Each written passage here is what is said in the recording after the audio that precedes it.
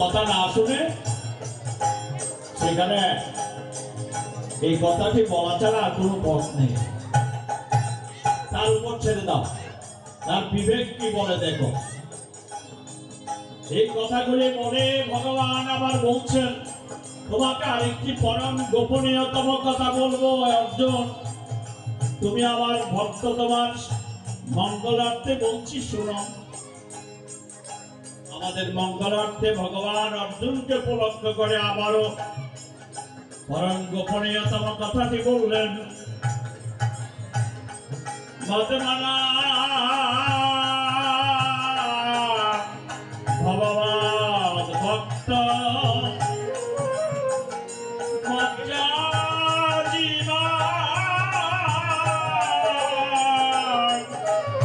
নমস্কার মামি বস্য সর্বং ব্রহ্মময়ং জগৎ। আমরা এই জ্ঞান যতক্ষণ আনতে না পারি ততক্ষণ আমাদের দেখবেন মন্দিরের কমিটি নিয়েও গন্ডগোল হয়। কে সভাপতি হবে, কে সম্পাদক হবে,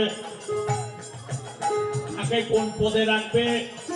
আরে বাবা, যে যে পদেই রাখুক মনে রাখবা তুমি সেবক মাত্র, তুমি মায়ের সেবক।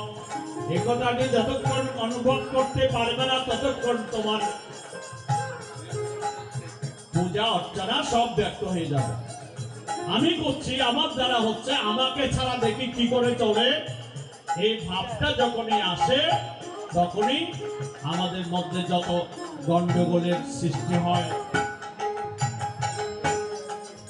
আর সর্বং ব্রহ্মময়ং জগৎ, যখন আমি ভাবতে পারবো সকলের মধ্যে একমাত্র ভগবান তিনি বিরাজমান, তিনি আমাদের বিয়ে করিয়ে নিচ্ছেন, আমরা কেউ কর্তা নয়। এই কথাটি যখন অনুভব করবে তখনই আমাদের সমস্ত গন্ডগোল শেষ। সঞ্জয় এবার ধৃতরাষ্ট্রকে বলছেন, সঞ্জয় উবাচ ইত্যহং বাসুদেবস্য ভক্তস্য চ